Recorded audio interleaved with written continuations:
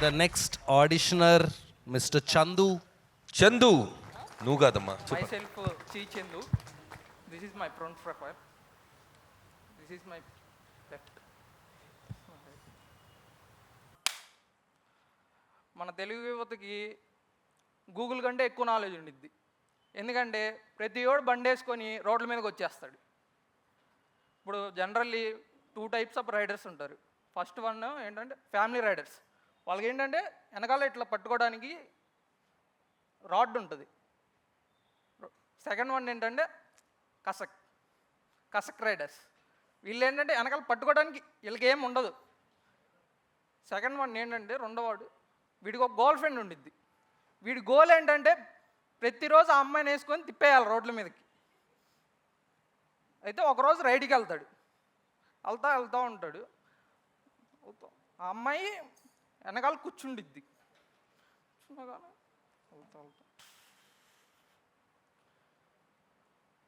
వీడు వెళ్తుంటే పక్కన కార్లు గీళ్ళు అని వెళ్ళిపోతూ ఉంటాయి. ఆ అమ్మాయికి ఎక్కడ పట్టుకోవాలో తెలియదు. ఆ అమ్మాయికి ఎక్కడ పట్టుకోవాలో తెలియదు. అయితే ఇంకే పోతే పోయామో ఎలా హగ్ చేసేసుకుంటుంది.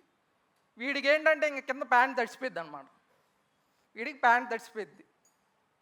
అలా మేఘాలలో తేలిపోతూ అన్నట్టు వెళ్తాడు వీడు. అలా మేఘాల్లో వెళ్ళిపోతాడు. అయిపోయిందా? ఇప్పుడు ఇది స్టాండప్ కామెడీ చేసావా?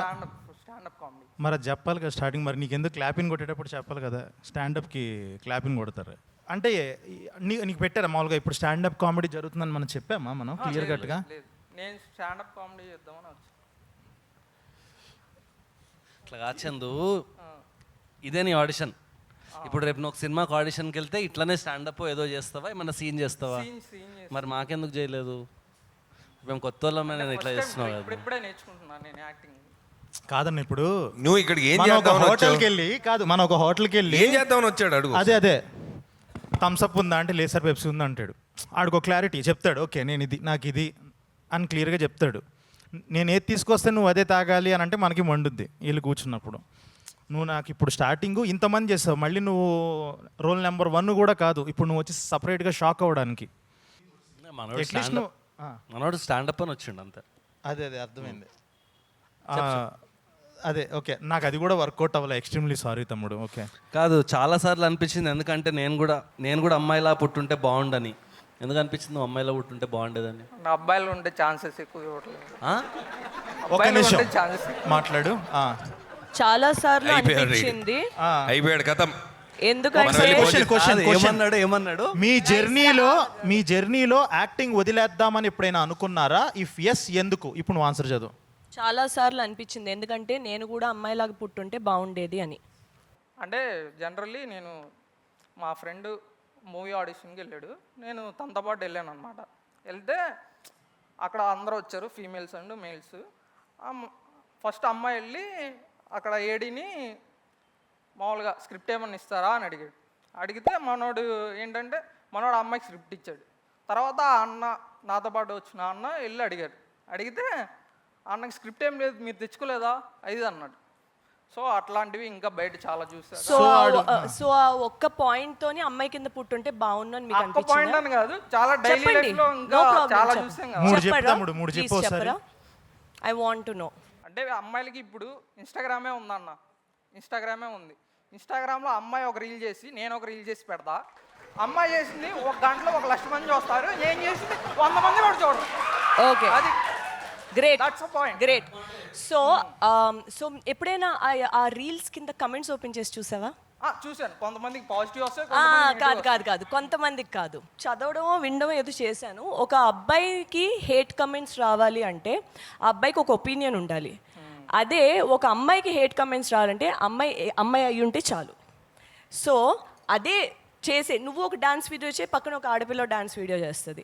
ఓకే, నువ్వు పోస్ట్ చేస్తే నీ డాన్స్ గురించి కమెంట్ ఉంటుందో, నీ స్టైల్ గురించో, దేని గురించో. అదే అమ్మాయి గురించి అంటే ఆ అమ్మాయి డ్రెస్ నుంచి, ఆ అమ్మాయి ఫ్యామిలీ బ్యాక్గ్రౌండ్ నుంచి, అమ్మాయి క్యారెక్టర్ దగ్గర నుంచి, ఆ అమ్మాయి పుట్టే విధానం దగ్గర నుంచి, ఇంకా అమ్మాయి చదువు, అమ్మాయి ఎక్కడుంది, ప్రతిదీ కమెంట్ చేస్తారు. ఓకే, బయటికి ఇందాక నేను చెప్పాను ఇండస్ట్రీలో ఎలా ఉంటుంది అన్నది. మీ కష్టం ఒక రకమైన కష్టం ఉంటుంది, మాది వేరే రకమైన కష్టం ఉంటుంది. మరి ఆ రకమైన కష్టం గురించి ఆలోచించలేదా? అది ఓకేనా నీకు? అలా చేయడం ఓకేనా? ఐ విల్ అగ్రీ అది నేను. సో అలా జనరలైజ్డ్గా మాట్లాడితే నేను చాలా పాయింట్స్ చేస్తాను, okay? Because as a women in the industry, బయట ఇన్ దిస్ కంట్రీ చాలా పాయింట్స్ ఉన్నాయి. సో ఆ ఒక్క స్క్రిప్ట్ పేపర్ ఇవ్వలేదనే దానికి నువ్వు ఆడపిల్లగా పుట్టుంటే బాగుంది అనుకున్నావు కదా? లేదండి, ఇంకా అదే చాలా వాట్ ఎవర్, ఉన్నాయి, ఇంకా చాలా, బట్ నువ్వు చెప్పట్లేదు అది. సో నాకు తెలీదు ఏంటో చాలా అది. So I genuinely hope that నువ్వు నిజంగానే నువ్వు ఇంకొక జన్మలో ఆడపిల్ల కింద ఇక్కడే పుట్టాలని నేను మనస్ఫూర్తిగా కోరుకుంటున్నాను.